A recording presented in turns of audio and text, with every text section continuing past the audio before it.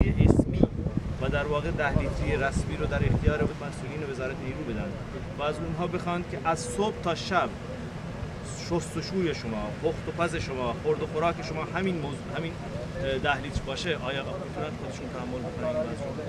آیا سزاوار مردمان سرزمینی که حضرت آقا تعبیر گنج پنهان از اون سرزمین داره و به صراحت هم ایشون میفرمایند، معظم الله میفرمایند که راههای نرفته در این منطقه بیشتر از راههای رفته است. آیا در شأن این مردم هست که این گونه برای آب به عنوان نیاز پایه‌ای و بنیادی این گونه له بزنن؟ حتما این موضوع رو در کلان کشور پیگیری میکنیم، از تمام ظرفیت‌ها و مجراهای قانونی استفاده میکنیم تا انشاءالله ارتقای شاخص رو در حوزه دسترسی به آب شرب بهداشتی داشته باشیم. به هر حال چه قبول بکنیم چه نکنیم، بلوچستان پاره تن میهن ماست. اینجا خط مقدم جبهه اقتصادی، اجتماعی، فرهنگی کشور ماست. هیچ در واقع سیاست ورز